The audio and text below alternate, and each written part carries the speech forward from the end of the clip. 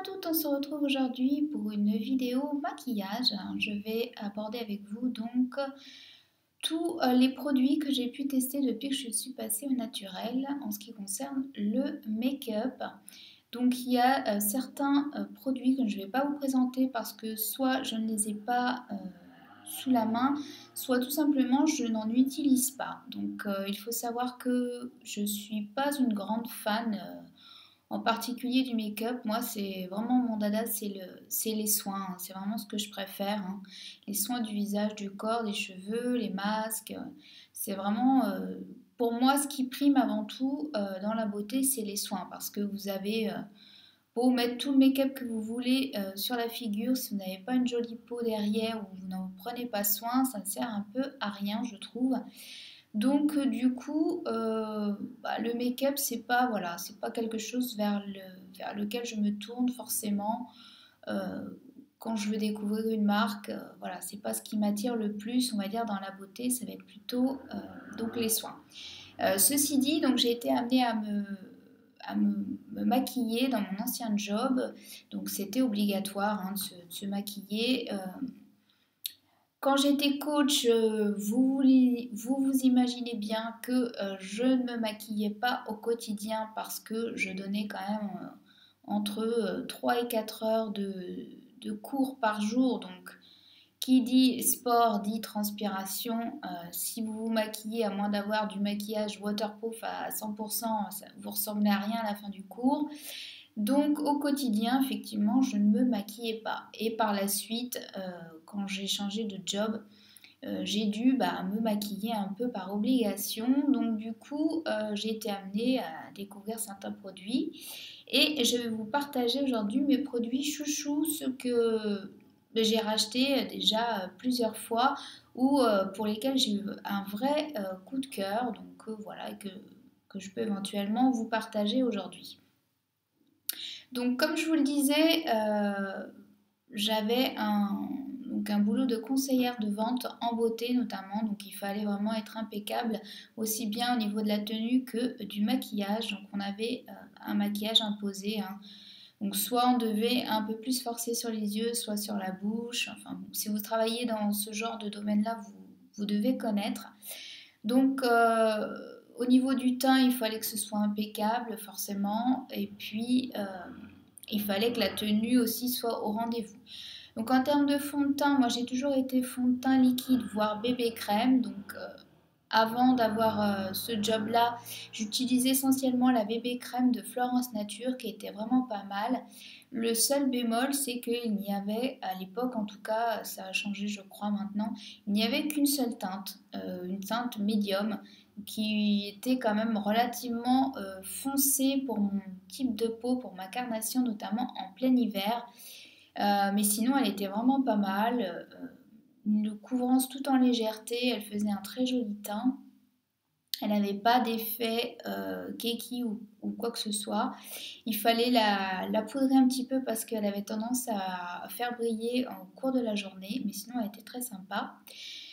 Et puis par la suite, j'ai eu l'occasion de tester le fond de teint de la marque Inika. Et c'est celui que je vous conseille à l'heure actuelle. J'ai testé le fond de teint Fil Glow l'année dernière, dont j'ai pas été entièrement satisfaite. Inika, c'était un gros coup de cœur. Je l'ai utilisé pendant pratiquement 6 mois. Il me faisait un teint magnifique. Donc c'est un fond de teint qui est cruelty free, vegan, bio et, euh, et voilà, non testé sur les animaux. Et vraiment, il est tout en légèreté. Moi, je le travaillais au Beauty Blender. Il ne marquait pas du tout mes zones de sécheresse. Il était très confortable sur la peau. Il faisait un très joli teint. J'ai eu beaucoup de compliments à l'époque quand je le portais sur mon teint, justement. Pas besoin forcément de le poudrer plus que ça. Il était vraiment une tenue impeccable. Moi, j'avais des journées de 12 voire 14 heures parfois et il tenait sans souci, donc j'en étais très satisfaite. Au niveau de la teinte, donc je ne l'ai pas actuellement, je l'ai terminé il y a un petit moment, j'avais la teinte Cream. Le fond de teint est disponible sur le site Naturissimo. En revanche, vous n'avez pas forcément toutes les teintes qui sont disponibles sur ce site-là. C'est une marque australienne dont on entend peu parler, je trouve, sur la toile, contrairement à d'autres, et qui pourtant, pour moi, a un très bon rapport qualité-prix. Donc on était autour de 30-35 euros les 30 ml, ce que je trouve raisonnable, avec un flacon de pompe. Donc j'ai dû vous le présenter dans certaines de mes vidéos, il y a un petit moment déjà, sûrement dans mes anciens make-up blabla, donc si vous voulez aller voir. Mais je vous remettrai un petit insert pour vous donner une idée de ce à quoi il ressemble. Et vraiment, je l'aime beaucoup, je suis susceptible de le racheter éventuellement à l'avenir. Pour l'instant, je suis plus dans une démarche no make-up, hein, ou no make-up, make-up, no make-up. Et du coup, je fonctionne qu'avec un seul correcteur ou une bébé crème, notamment celle de chez Beau, dont je vous ai fait le crash test il y a quelques temps. Si vous ne l'avez pas vu, je vous remettrai le lien en barre d'infos. Donc pour le teint, moi essentiellement, donc le fond de teint Inika, que je vous recommande. Si vous voulez quelque chose tout en naturel, tout en légèreté, voilà. Ensuite, au niveau des anti-cernes, alors c'est un peu ma problématique parce que moi j'ai des cernes très marquées et surtout très foncées, voire bleutées, violacées, quand je suis vraiment très très fatiguée. Du coup, et puis j'ai des problèmes de circulation aussi, ce qui explique surtout mes cernes.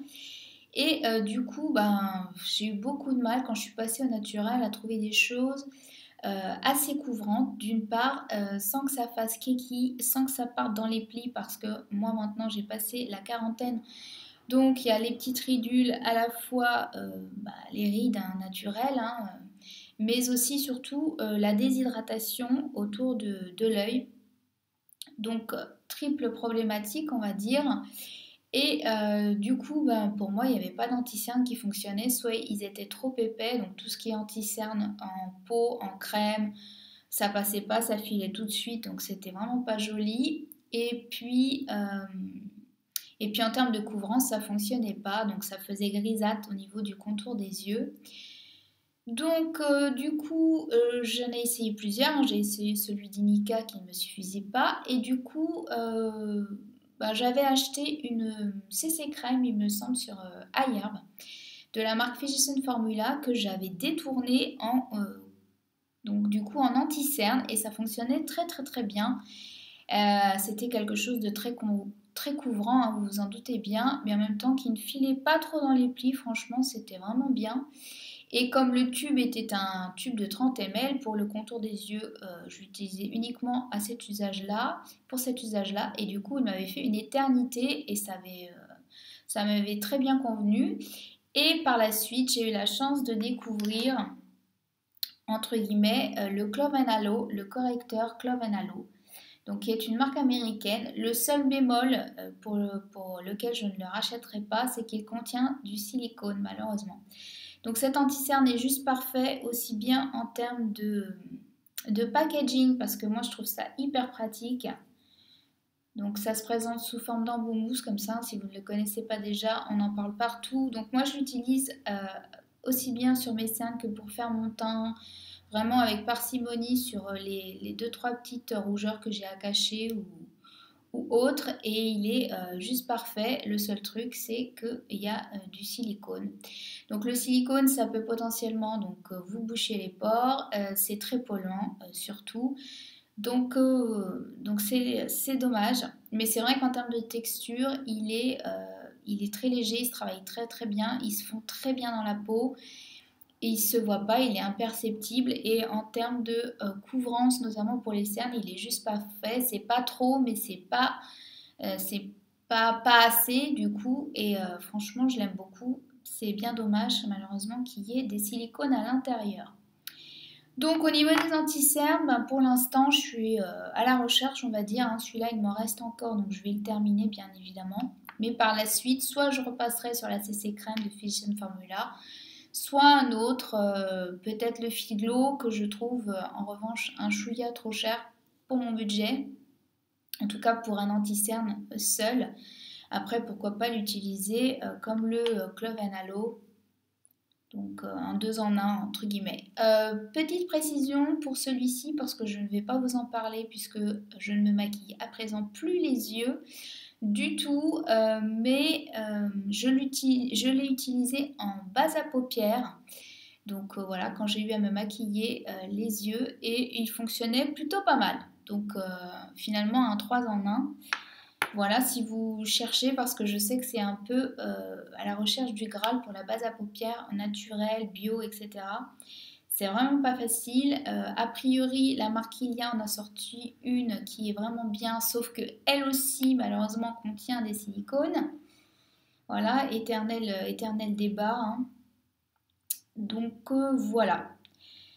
Donc, comme je viens de vous le dire, je ne me maquille plus du tout les yeux. Alors, d'une part, parce que je vais aller vraiment au plus simple, au plus rapide. Les peu de fois où je me maquille. De deux, je trouve pas que ça m'aille forcément plus que ça, les ombres à paupières en fait. Alors, peut-être que je sais pas trop me maquiller avec ou choisir les couleurs. Quoique les couleurs qui me mettent en valeur, si assez, parce que j'avais suivi un cours pour ça de colorimétrie, mais c'est surtout que j'ai les paupières tombantes. Donc quand j'en mets, en fait, on voit très très peu le maquillage que je peux mettre sur les paupières. Donc pour l'instant, voilà. Après, j'avais testé en palette, j'avais testé la palette Boho qui était vraiment pas mal, mais en termes de tenue, les fards, c'était pas forcément. Enfin, ça valait pas encore des fards conventionnels, hein. Voilà, donc en termes de bio et naturel, j'ai pas trouvé mon bonheur pour les ombres à paupières. En termes de crayons, j'en utilise pas non plus. Le peu que j'ai pu utiliser, c'était ceux de la marque Avril, qui étaient plutôt pas mal. En termes de rapport qualité-prix, on était vraiment bien. Donc voilà, pour ce qui est des yeux, en revanche, ce que je privilégie avant tout, c'est le mascara. Je trouve que ça ouvre le regard, ça fait toute la différence, quitte à ne pas se maquiller, un petit coup de mascara, tout de suite ça donne, ça réveille, je trouve, le teint, le visage. Et ça change tout. Donc j'en ai essayé plusieurs, dont le Fit Glow que j'ai pas aimé plus que ça. J'avais testé, le Avril, donc aussi bien le waterproof que le non waterproof. Pour le moment, je préfère le non waterproof qui était vraiment très très bien, notamment en termes de volume. Et, euh, et puis c'est à peu près tout. De mémoire, j'avais dû tester un Physician Formula aussi que j'avais bien aimé mais sans plus, qui donnait un effet très très naturel. Et en revanche, j'ai trouvé mon Graal donc l'été dernier avec la marque 100% pure. Donc celui-ci c'est le ultra allongeant, hein, le black. Et vraiment il est sensationnel. J'ai été convaincue du premier coup. Pour les mascaras, c'est assez rare parce qu'en général, il faut attendre un petit moment pour les travailler, etc., que la matière. Et là, donc vous avez une brosse comme ceci, donc en poil, hein, pas du tout en silicone. Moi, c'est plutôt les brosses que je préfère. Voilà, donc elle est assez longue, elle est assez fine, mais elle attrape extrêmement bien les cils, toute la frange d'un seul coup, et elle recourbe et elle allonge, je trouve, énormément. Donc c'est celui que je porte aujourd'hui. Je n'ai mis qu'une couche, je tiens à le préciser. Il est très noir, il tient très très bien, il sent super bon les fruits en plus, qui ne gâche rien. Et il se démaquille très facilement à l'huile sans souci. Donc il n'a pas du tout séché, ça fait pratiquement 6 mois que je l'ai et je me maquille pas tous les jours avec. Donc génial, franchement. Je pense pas en changer pour l'instant parce que je suis très satisfaite. Il me rappelle le mascara Better Than Sex de Benefit que j'utilisais avant. C'est exactement le même résultat, je trouve. Donc si vous cherchez un bon mascara, vous avez soit le Avril qui est forcément plus abordable, disons plus abordable au niveau prix que le 100% pur. Mais après, si vous, vous voulez un bon mascara naturel et qui vous fera vraiment des jolis cils, je vous le conseille. Donc au niveau des sourcils, jusqu'il y a peu, c'est-à-dire on va dire l'année dernière, j'utilisais pratiquement rien parce que j'ai des sourcils, je trouve déjà assez fournis. Et, euh, et les crayons en général pour ma couleur de sourcils, font souvent très foncé tout de suite et ça, je trouve, me durcit le visage. Et j'ai eu la chance de découvrir les petits mascaras à sourcils qui sont maintenant très répandus, aussi bien en conventionnel qu'en naturel. Notamment celui de chez 100% Pur. Je vais vous montrer, donc c'est un tout petit mascara en fait pour brosser vos sourcils et les colorer. Donc j'ai été bluffée la première fois que je l'ai utilisé parce que ça fait hyper naturel. Donc là je l'ai actuellement. Ça tient très très bien. Ça change un petit peu je trouve. Mais tout en restant vraiment naturel quoi. Donc j'aime beaucoup et ça donne un petit plus je trouve au make-up.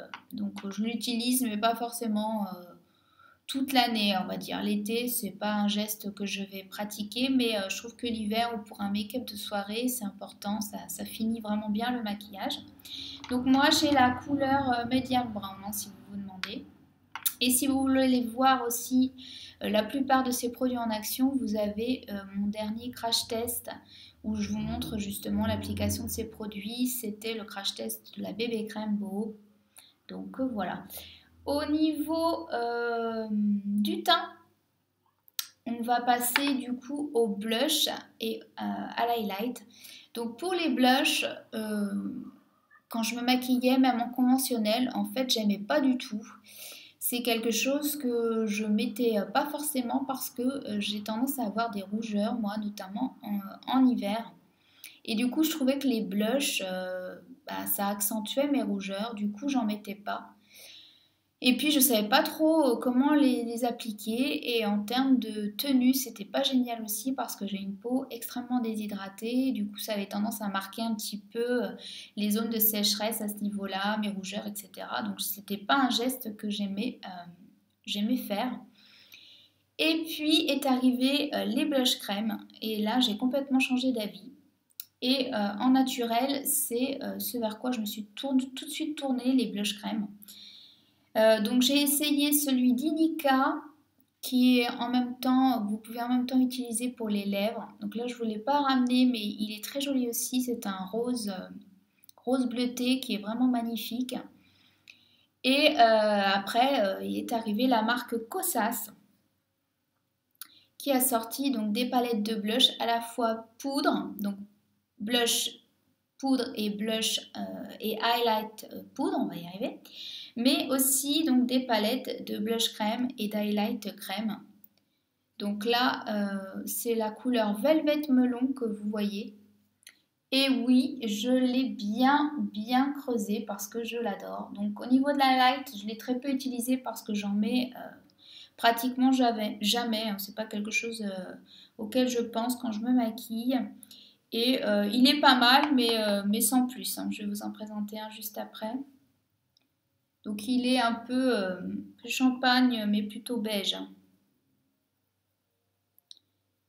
Donc je ne sais pas si vous allez le voir, parce qu'il est vraiment très très subtil. Hein.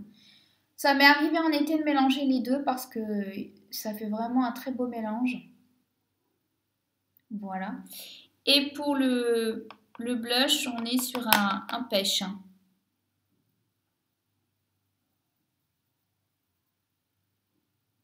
Donc voilà, c'est celui que je porte aujourd'hui notamment. Donc je les aime beaucoup parce qu'ils sont très faciles d'application, hyper pigmentés comme vous avez pu le voir. Donc il faut y aller vraiment avec parcimonie. Moi je les utilise avec un pinceau, comment on appelle ça déjà? Mince. Un pinceau, je ne vais pas retrouver le mot. Enfin, je l'utilise avec un pinceau mince. Je ne vais pas retrouver le terme. Bref, un pinceau spécial pour les blushs crème. Et vraiment, il s'estompe très facilement. Il a une très bonne tenue. Moi, il tient pratiquement toute la journée sans souci. Ça ne bouge pas. Ça ne marque pas les zones de sécheresse. Ça ne marque pas mes rougeurs. Les couleurs sont magnifiques. Donc, il y en a 3, il me semble, dont un rose un peu plus pâle que celui que j'ai de chez Nika, qui est vraiment beau, qui me faisait très très envie l'hiver dernier. Franchement, il vous dure une éternité, hein. Donc là, ils disent jusqu'à 6 mois d'utilisation, mais moi, ça fait plus d'un an et ça fonctionne très très bien.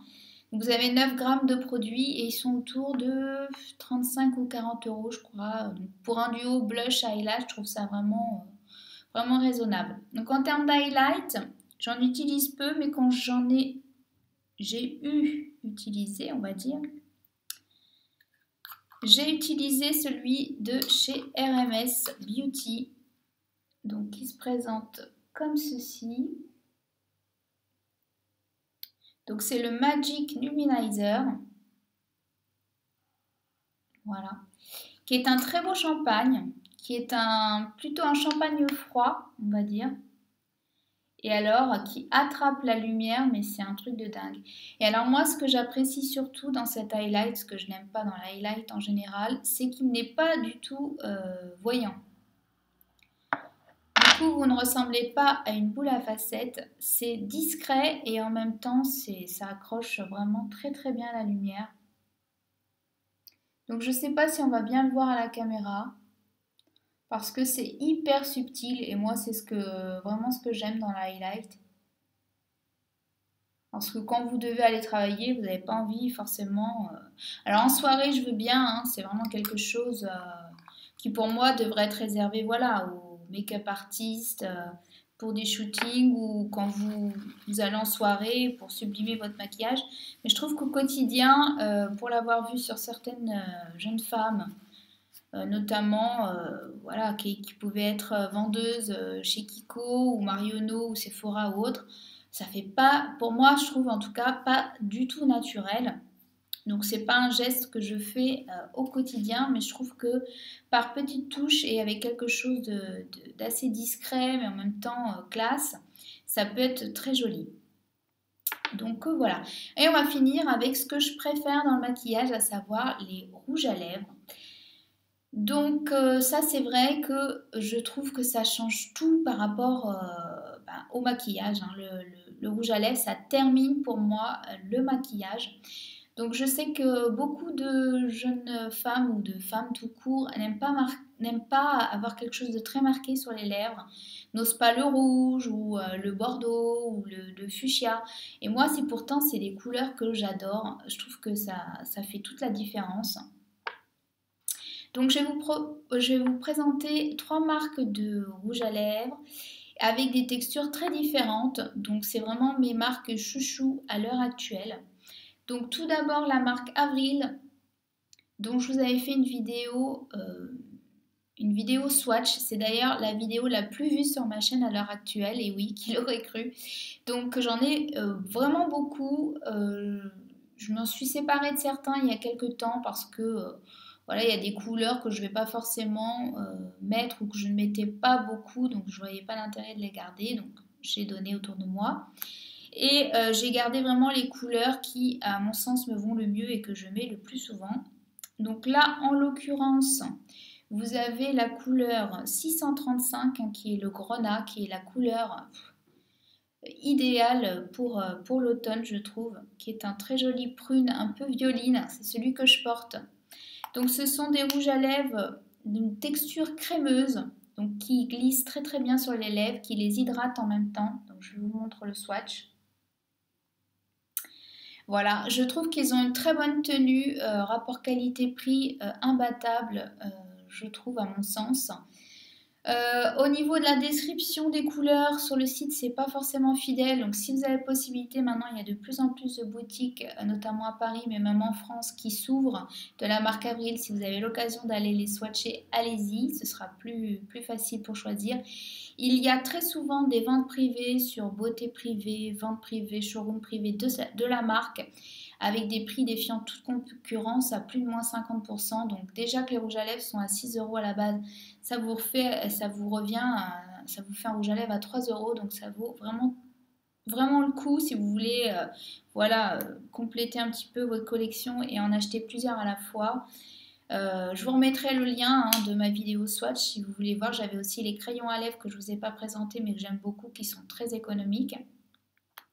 Donc ils tiennent, on va dire 3-4 heures si vous ne mangez pas ou vous buvez pas non plus voilà, des litres d'eau.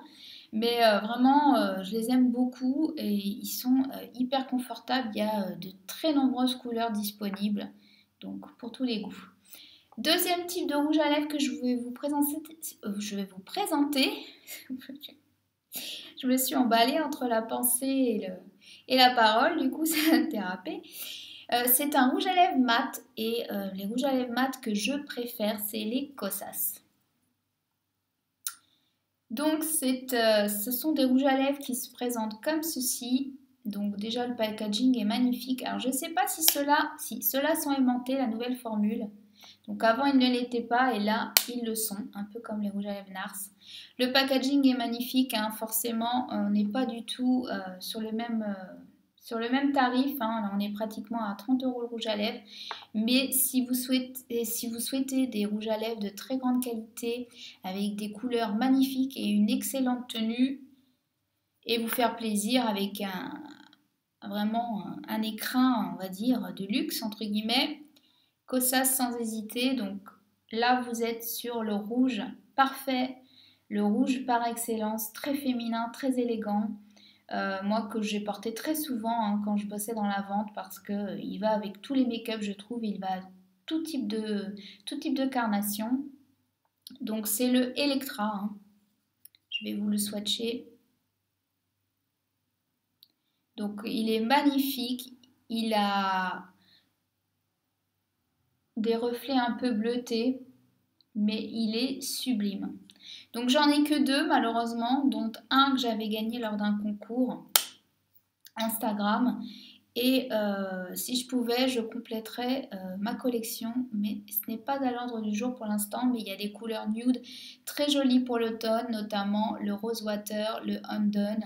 Il y a aussi le Fringe qui est un beau rouge brique un peu marronné. Donc voilà, Kosas, si vous avez l'occasion, je sais qu'ils avaient sorti une édition limitée aussi cet été qui était magnifique. Et pour finir, donc, je vais vous présenter des rouges à lèvres liquides mat, donc sans transfert. Donc l'année dernière, du coup, comme je travaillais dans la vente et que j'avais des très très grosses journées, ce genre de rouge à lèvres là, ça tenait, mais il fallait quand même faire des retouches, donc ce qui n'est pas toujours évident quand vous êtes avec de la clientèle. Vous n'avez pas forcément le temps en dehors de la pause déjeuner, d'aller faire des retouches. Du coup, je m'étais tournée vers ces rouges à lèvres-là de chez Clove & Halo qui étaient sortis justement l'année dernière et qui avaient l'air sensationnels en termes de tenue. Et je confirme.